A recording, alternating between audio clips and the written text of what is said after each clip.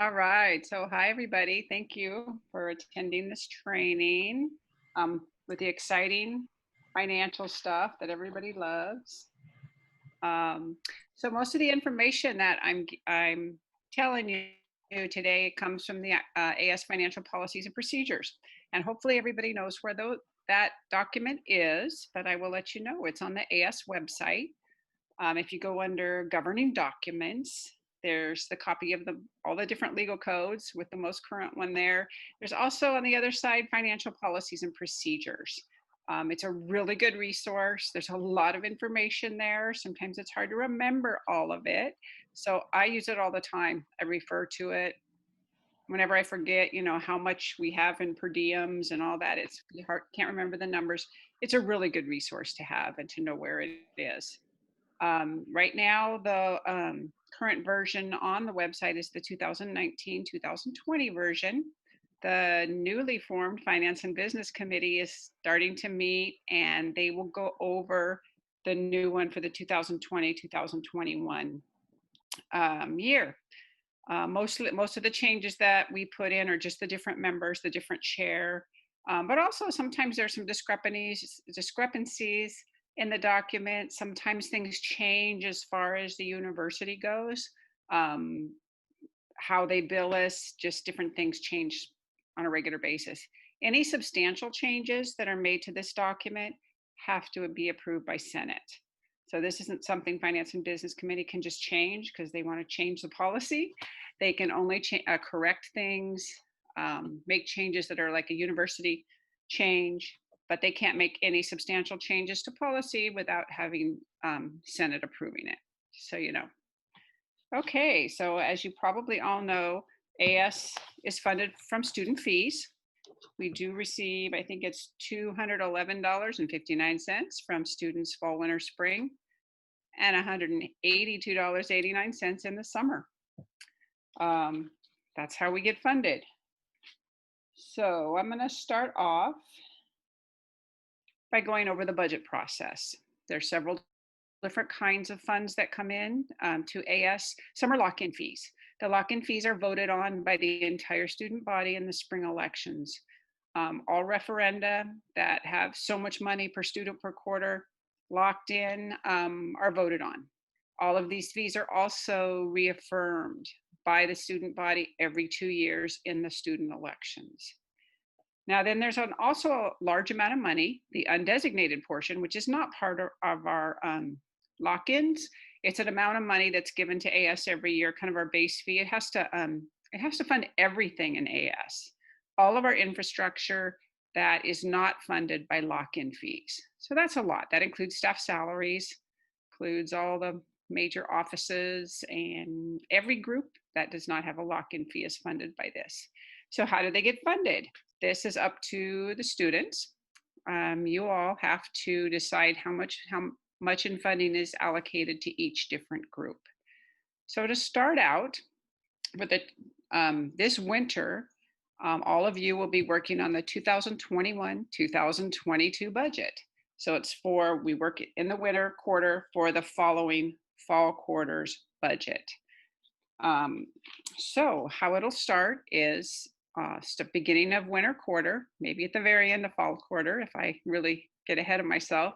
I will send out budget packets to all of the groups who received budgets the prior year. Now, in our budget process, all AS groups can ask for a budget. It also says that university entities and OSL groups can ask for a budget. We have not taken in budgets from OSL groups or university entities in our budget process for years.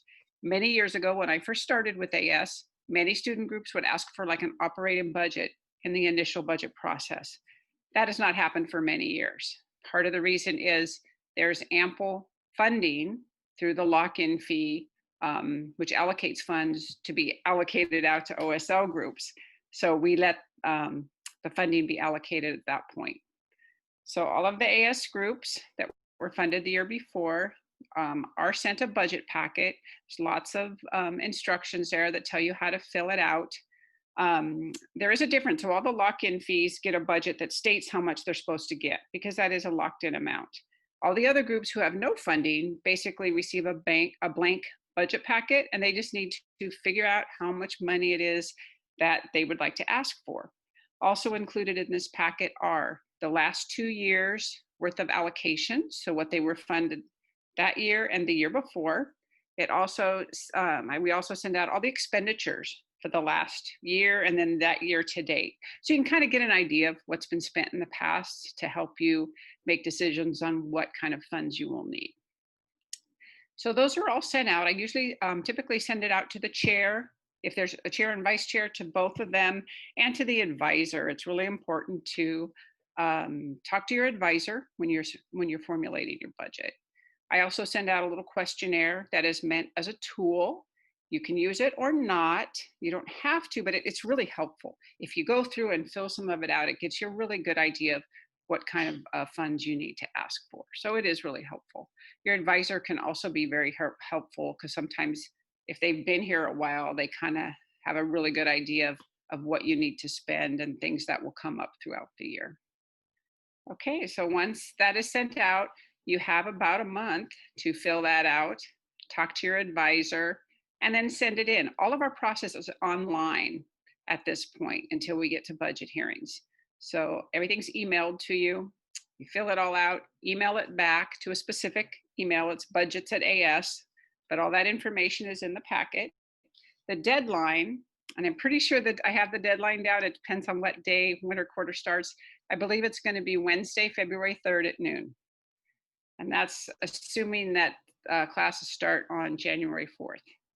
If they're a week later, then the deadline is a week later. I didn't double check that. So once the budgets are all turned in, I go ahead and I compile all of that to see how much money has been asked for compared to how much money we actually have to give out.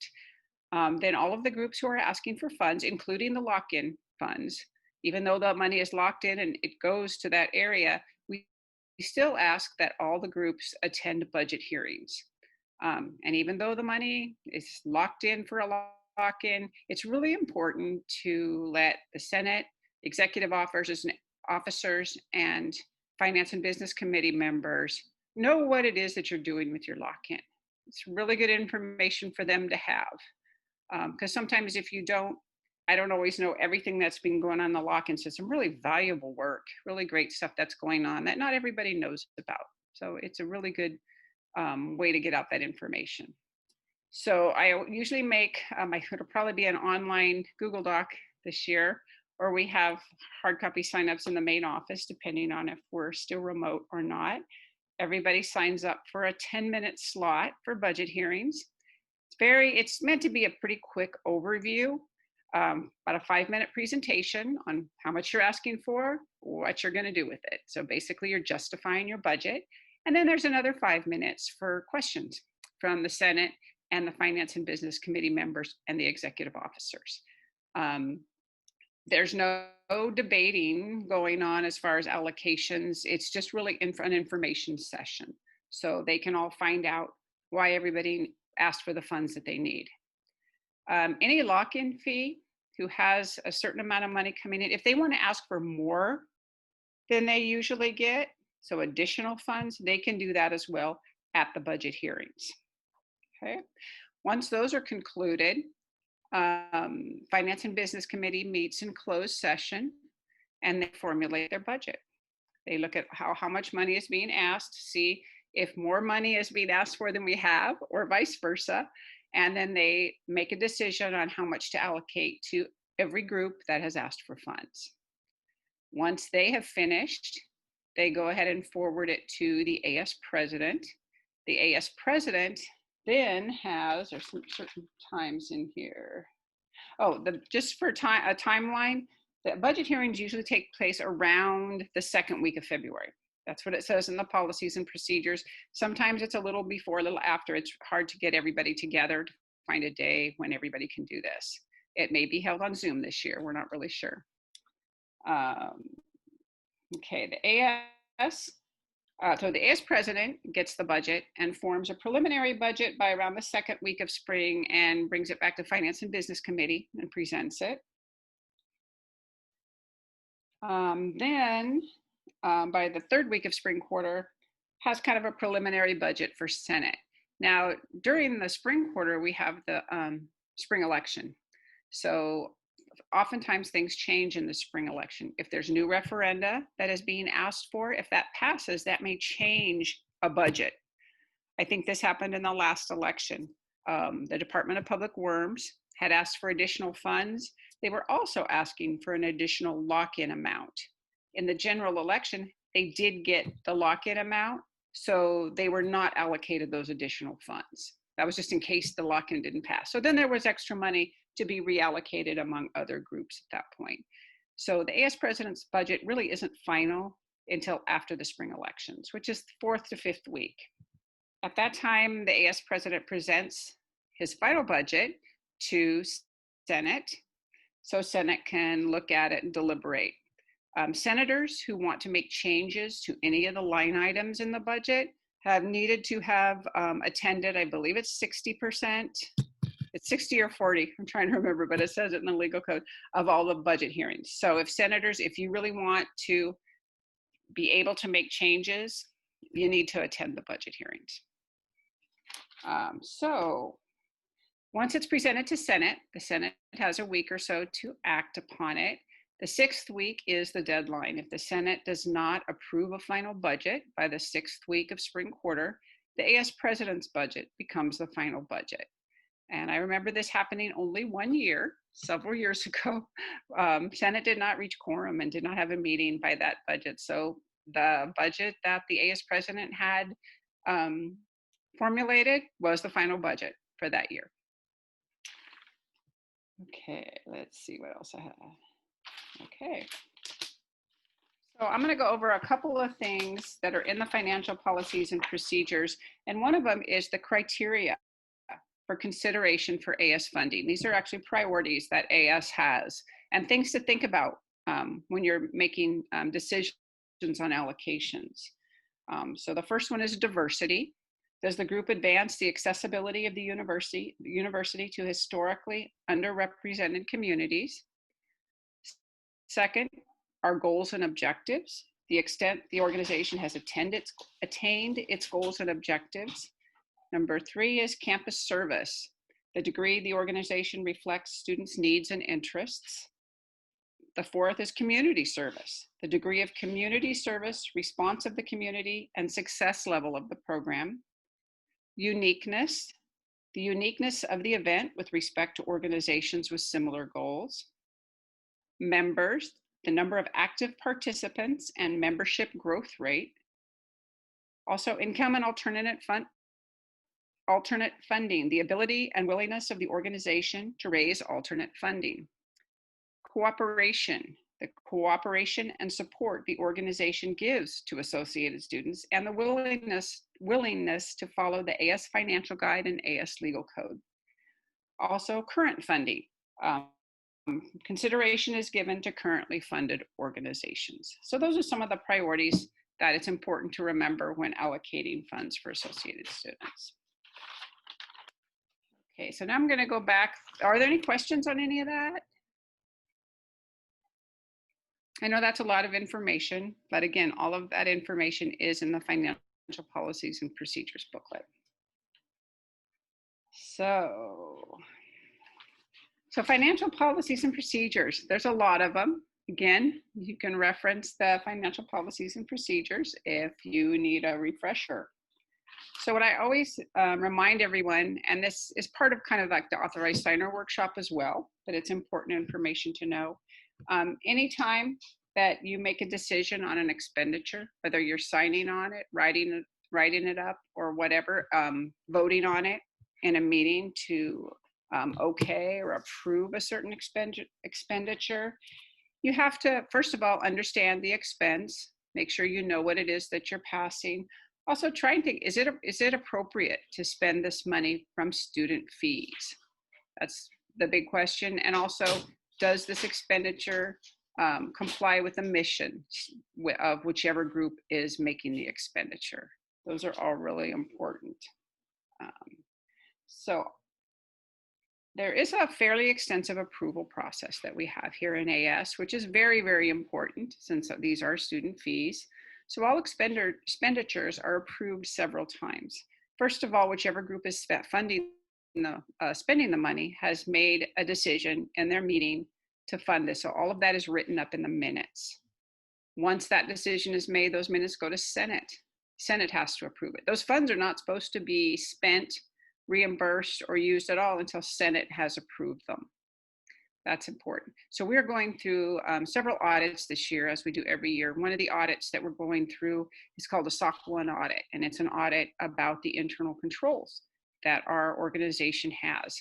And this is a type 2 SOC 1 audit, and what it does is it tests our internal controls. So what we're going to have to do is they're going to pull a large number of requisitions. And on the requisition, it says it is funded by, and it gives a certain group and a certain date. So what we have to show our auditors is this expense was approved by, let's say it was approved by CAB on such and such a date. We have to pull those minutes from CAB, prove that they approved this expenditure. Then we have to pull the Senate minutes that those CAB minutes were approved.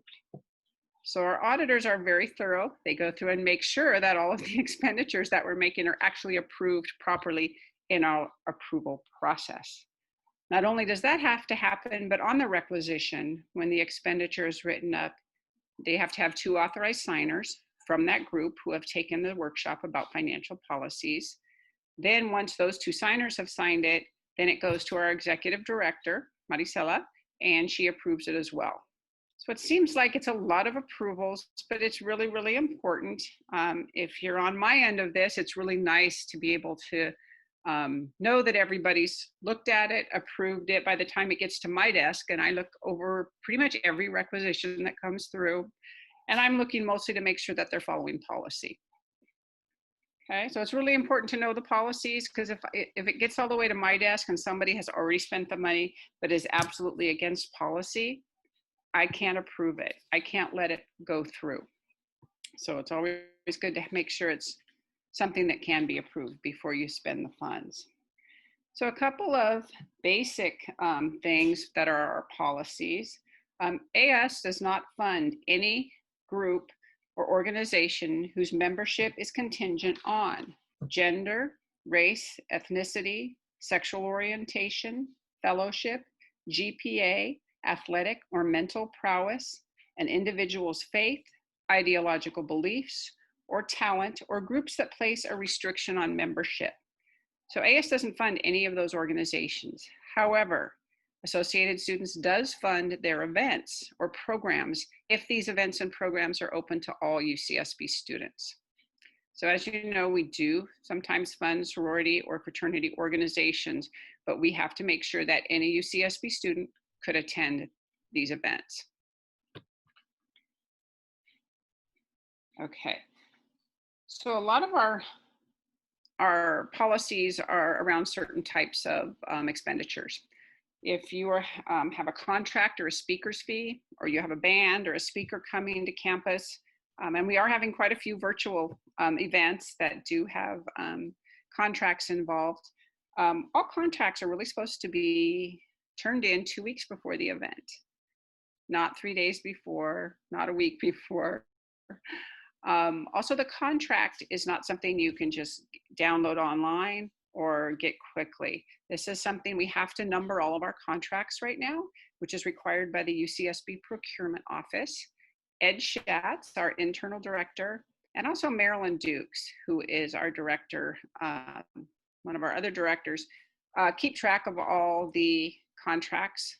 Marilyn uses a lot of them because she's been working with program board for many years. So she's very familiar with contracts, even though she's now working kind of in a different capacity. And Ed Schatz actually keeps all of the contracts on file, all of them numbered. What he has to do is once he gives it out, once it's turned in, is make sure that it's all approved through the procurement office. And this is important. So it's really helpful to start.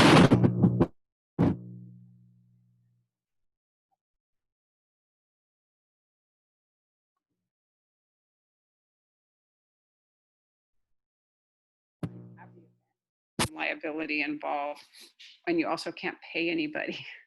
So if you want to be able to pay whoever it is coming, you need to make sure your contract is done well in advance. Cindy, I think your audio cut out for just a second. Can you repeat the part after you said that Ed keeps a record of all of the contracts? There was like a 30-second gap in the audio. Sure. Okay. So if you, it's important to start early because it is quite a process. You have to get the template that's been approved. You have to fill it out. The speaker or band member has to sign it, send back their tax information. You have to get a waiver of liability also, or you get a certificate of insurance for the event. Now, this is a little different in our virtual world, but Ed has been working with some other groups when they've done these contracts. So he knows more about it than I do, but it's important to start early because you want to be able to pay your entertainer at the time of the event. And if anything is held up, you won't be able to do that. Okay. Hopefully I got everything there. Sorry, my internet is sometimes a little bit unstable, so hopefully it won't go out. Also, some other things that AS funds: T-shirts. T-shirts should only be purchased for awareness campaigns. That's the only way we're supposed to fund T-shirts. They're also, you have to be very, very careful when you order T-shirts. Make sure that they are produced from non-sweatshop companies. I know there are certain groups that order T-shirts quite often. I think they typically know the best places to go to fund T-shirts. I know Ivy Screen Printing is used quite a bit, Chava Print, and Chava Stitch and Embroidery or something like that. They're used quite often. So that's really important. Travel. So it doesn't look like AS is going to be traveling a lot right now, but that will open up, I'm sure, by winter and spring, maybe sooner. So there's some important things to know about travel. Any AS group that wants to travel to a conference or whatever, they need to get permission from Finance and Business Committee. They need to let them know where they're going, what they're doing, and where the funds are coming from. If it turns out they're funding their own conference, well, that's great, but they still need permission. And this is really just oversight. They want to make sure no AS groups decide to take a 3-week trip to Hawaii or something. They just want to make sure that it makes sense, that they're not overspending student fees, and that it aligns with their mission. There are a few exceptions. I know executive officer travel, especially like for the EVPSA, that travel just needs to be approved by the executive director. And I know there's certain travel that is required of the EVPSA just because of what their job is. So those are some of the exceptions. Okay, also AS does not fund awards, scholarships, trophies, gifts, rebates, or party materials, personal or any personal items. Personal items such as, like sweatshirts with your name on it. And I know a lot of people often see these around AS and they assume AS is paying for all these. That is not usually true. I know in the past the Senate has had some really nice sweatshirts with their names. Usually the senators are paying for those themselves. So don't automatically assume that just because someone has something on like that in AS, that AS is paying for it. Oftentimes personal items are being paid for by the students.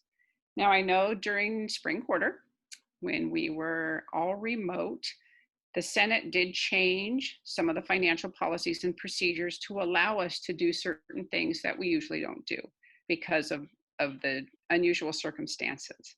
Part of it was we did not have any graduations. So because we couldn't fund an event for like a cultural graduation, what we did fund, the funding was changed so that they could send, they would pay for stoles, they might send like a little gift package to each graduate. And we usually don't do that, but that was just something different just because of the circumstances. We also funded a lot of gift cards and stuff like that for like year-end banquets because nobody could really attend a banquet together. It was all done remotely. So I just want everyone to remember that beginning now, Those policies and procedures are back in place if the Senate decides to make changes again because of the fact that fall will be a pretty much remote quarter. They can do that, but they haven't done that yet. So it's just something to remember. Once you get used to purchasing gift cards and those type of things, you feel like, oh, we've always done it, so we can still do it. But in this case, that is not true. So you still would have to get permission to do any of that, or Senate would have to change policies and procedures for a certain period of time to be able to fund those types of things. Okay, so certain things that AS does not usually pay for, equipment, that all has to be approved. And a lot of these are when you're funding OSO groups. We don't ever pay for the OSO registration fee. We don't pay for equipment. One of the reasons is if we're paying to buy a lot of really nice equipment for OSO groups, oftentimes the groups don't have any real space to store anything. So things get stored at students' residences, whatever, and the equipment usually just kind of disappears after a while. So that's one of the reasons we don't like to do that. Also, travel or conferences outside of UCSB are not something that we typically approve of for OSL groups. Now, as many of you may know, we do actually have a conference fund.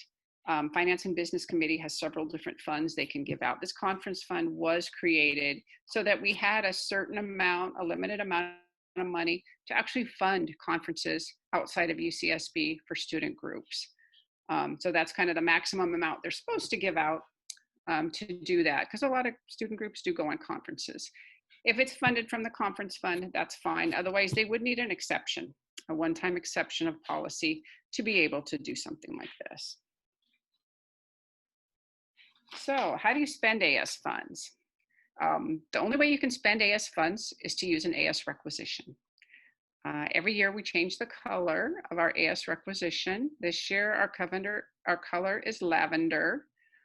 However, now our AS requisition is online for the first time ever, just because we had to. With everybody remote, we had to be able to do that just to have them done.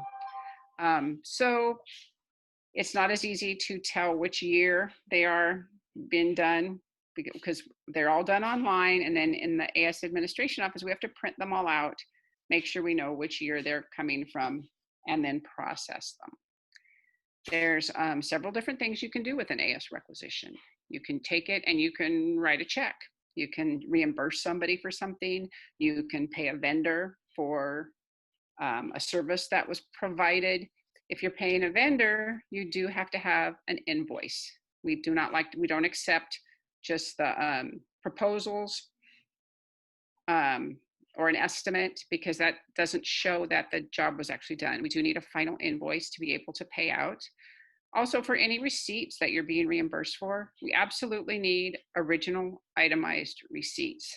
This is the one policy where we hold more requisitions for that policy than any other. If you are traveling and you go to a restaurant or someplace and they give you a receipt, and maybe your credit card receipt that doesn't list everything that you bought, please ask for an itemized receipt. This is really important. We do want you to be able to be reimbursed for this, but it's an audit standard and we're required to get that. Otherwise, we get written up through our audit and they will report that to the Senate when they do their report. And I know in this remote world, it's a little bit harder. Many of the receipts that you get, even if you go to a store, can be emailed to you. Whatever it is that is emailed to you, that is okay. So electronic receipts are okay. However, if you get a physical receipt, we don't want a copy of it. We want the actual original receipt. Now, when you do this online, you can attach a scan of it, but you do need to mail in the original, okay? And we'll wait, and we'll start the processing, but we won't actually issue a check till we receive all of those actual hard copy receipts. Fundraising. If you're going to be doing any fundraising, it has to be approved by the executive director. Several things that should never be used, especially for fundraising, is Venmo, PayPal, or Square. Some of those things, because they're taking credit cards, the university is very restrictive on what can be used, just because there's a lot of liability when you're taking credit cards. Venmo, we don't like to accept, partly because there's really not a lot of backup. and we do need backup for everything. Our transparency is sometimes questioned. So we have to make sure that anytime anyone questions our transparency or accountability, that we have hard physical backup for everything that we fund, everything that is that is expensed. We do have to have that information on file. Really important. Okay, so I do have some notes. All requisitions should be filled out in pen, not pencil. That's kind of a moot point if you're filling it out online. So some of these things change. Other things that you can do with an AS requisition is you can do a purchase order. Let's say you're having T-shirts made or something else made, and you don't want to pay for it in advance because they haven't done it yet. But the vendor wants some kind of assurance that they're going to get paid, because it may be a large order, it may be a lot of money. We can do a purchase order that can actually be sent to the vendor, and a purchase order is really a promise to pay. So it'll say, okay, AS will pay you up to $8,000 or whatever to do this job for you. However much their final invoice is how much we're going to pay them. But this kind of lets them know that we've set the funds aside, we've approved the purchase, and we're ready to pay for it. And a lot of vendors, they really like that.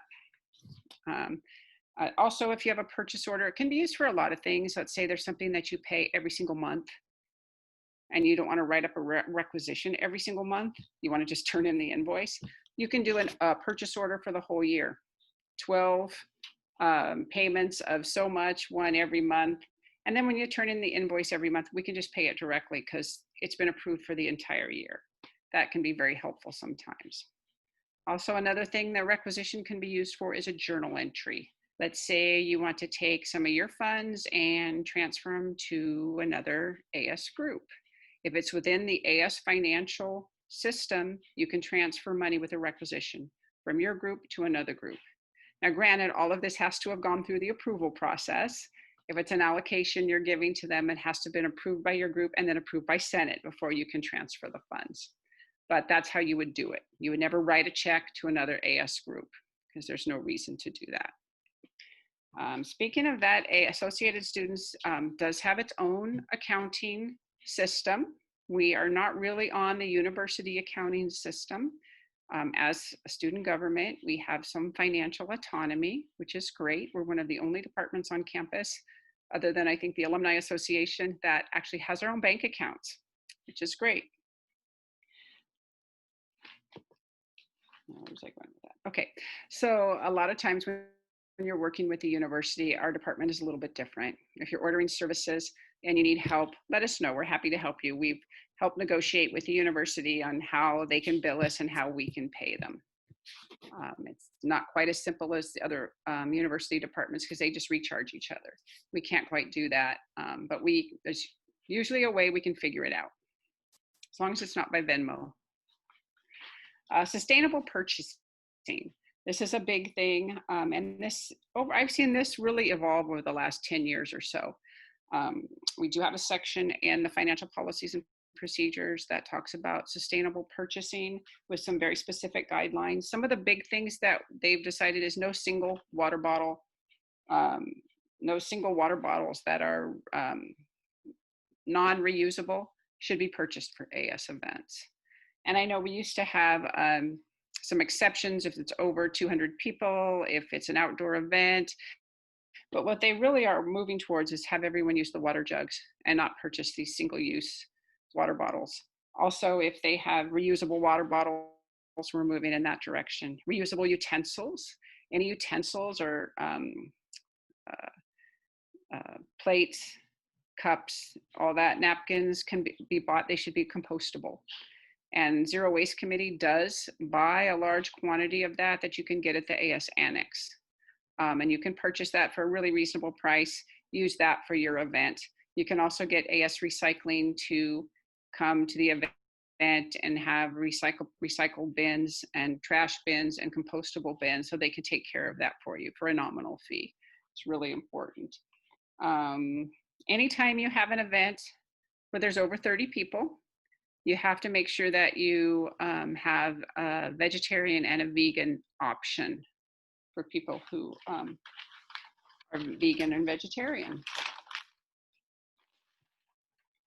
Okay. And there's a lot more in the sustainable purchasing area.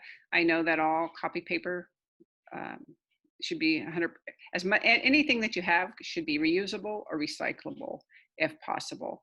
There's used to be a lot of language when we first talked about sustainable purchasing, about purchasing local and having whatever food you have being purchased within 50 miles or 100 miles. And that's really difficult. That's where we started. And that's really difficult to enforce because it's hard to know if a Costco pizza, if all the ingredients came within 50 miles. So I think we've become more practical in all the recommendations. I know Environmental Affairs Board takes a look at this probably every year and makes recommendations. If you have questions about it, you can always ask them. Let's say you're doing something kind of brand new and you're not sure if it's that sustainable. They're very happy to look at what you're doing and try and help you out and see if you can make the most sustainable purchases possible.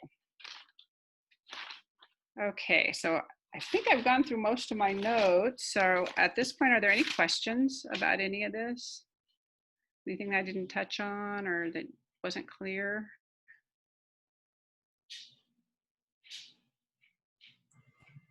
Feel free to raise your hand. We can call on you if you have any questions. And I'm kind of checking over this. And a lot of this, there's a lot of information and it may be hard to remember it all. Just remember, all of this information is on the AS website in the financial policies and procedures that you can refer to. We do have per diems when you travel because you can only spend so much for a meal. I think it's $20 for breakfast, $25 for lunch, and $30 for dinner. So you do have to remember that. I think there's a limit on a cap on lodging expenses, things like that. If we're reimbursing for gas, we do have a formula we can use where we go by the mile. If you're using your own car, it's usually about 55 cents a mile. It's whatever the IRS reimbursable rate is. And that actually includes wear and tear on your vehicle. So you can use that if you're using your own vehicle. Okay, no questions. Okay.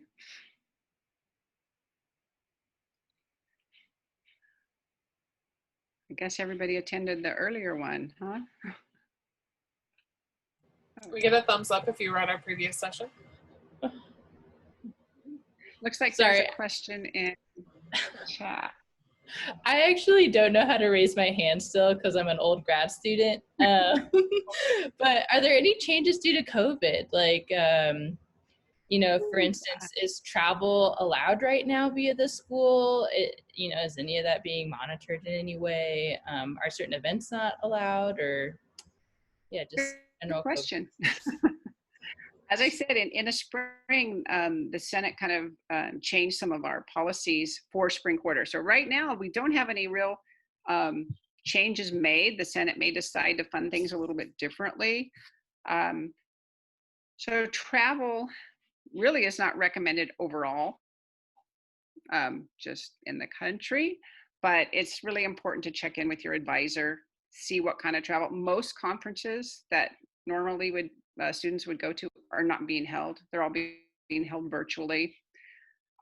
So most everything has been kind of changed to virtual stuff. I don't think we've made any hard, fast rules that you can't do this or you can't do that. But just in every group, just be aware of everything. And definitely it's not recommended. And there are certain rules that the university has made, not AS, but the university has made rules like there can't be any gatherings over a certain number of people. They don't want to see gatherings of over 10. So that really limits pretty much any kind of actual events that you can even have. And again, AS follows all university guidelines and policies. So we are following that as well. And we'll see. It's looking like fall is going to be remote quarter. Sorry, I didn't hear that. Does AS make any rules on top of the school for funding? Did you see them make any rules on top of the COVID restrictions that the UCs put out in the spring? No, most of what I saw were exceptions. We did, so there was a lot of events planned for spring that obviously did not happen. So we had a big issue with trying to work with all those groups who had already been allocated funding for a lot of big events, and those events obviously weren't going to happen because the university was not going to allow them. We did have a special thing to allow those students to roll the money over to the next year if they asked for it, so they don't have to get funding for the following year. We allowed students to delay it. A lot of students wanted to delay it to fall. Well, that's a problem too, because now it looks like it's going to extend even longer than they thought. So what we've tried to do is the same thing that the universities try to do, is try and be flexible as we can, but still make sure that we approve any changes that we're making. So I see us not being more restrictive, except for things that the university has stipulated, but trying to work with students to make things possible in another way. I know program board has a lot of virtual concerts and virtual events, and a lot of the groups are looking kind of along those lines. Did that help? Yeah, that was great. I'm just generally curious and, you know, waiting to see what the future looks like and how the school responds. So that's great. Thank you. Sure. Yeah, we did have a lot of questions in the spring because a lot of groups were saying, well, we're going to this conference anyway. And so we just reminded them, are you sure the conference is happening? Because I would say almost every conference was either canceled or there was a virtual event that they could go to. So it actually worked out pretty well. It was unfortunate. We are able to, many of the work that our students are doing. I know the Community Financial Fund was able to give out grants. I know Coastal Fund was still giving out grants. All the meetings have just changed to being online Zoom meetings. The Senate still meets. Finance and Business Committee is still going to meet and give out funds. So we're trying to, you know, the work that AS does is continuing, and all the different groups are doing work, changing it a little bit because of you know, the circumstances. But we get our money from student fees, and students pay us a certain amount of money for all the services and benefits that they get from us. So we're really trying to make sure that they get something for it. I know the bike shop is actually having online like workshops on how to fix your bike, or they work with students just virtually to help them do a lot of that. So it's amazing. There have been some really, really good creative ideas from all of our students on what they can do without being here in person.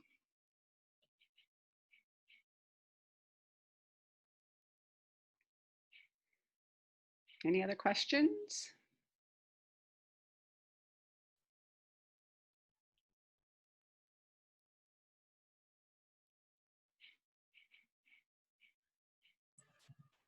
Alex asked in the chat, is there somewhere you can track your organization's budget? Yes. As I said, we have our own accounting system. And what we're trying to do this year is have monthly reports available. So at this point, we're just starting to compile a list. If your group wants a monthly report, you need to email me, tell me who it's to go to. And typically the reports that we would send monthly, at the close of each month, we would send you an expenditure audit, which shows all the different checks, all the different transactions that came in and out of your account. And we would also send a financial report just for your group that shows what your balance is, so you can kind of keep track of it. Again, unfortunately, it's not online, so you can't check it constantly, not like your bank account. Part of the reason is we don't want our accounting system online. We do have confidential information that we can't allow to be online, like social security numbers and stuff.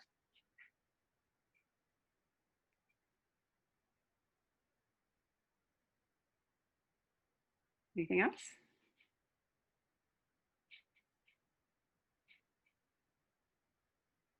Okay, well, thank you. Thank you all for, I don't know if that's to me in the chat, but anyway, thank you everyone for attending. If you think of a question later that I did not address that you need information on, you can send your questions through Holly or send them directly to me. I do get a lot of emails, so I sometimes don't have time to answer them all, or they get buried. But if you address your questions through Holly, I'm happy to try and get answers for you, or she can help you get answers for anything you need. Thank you so much again for joining. All right, thank you.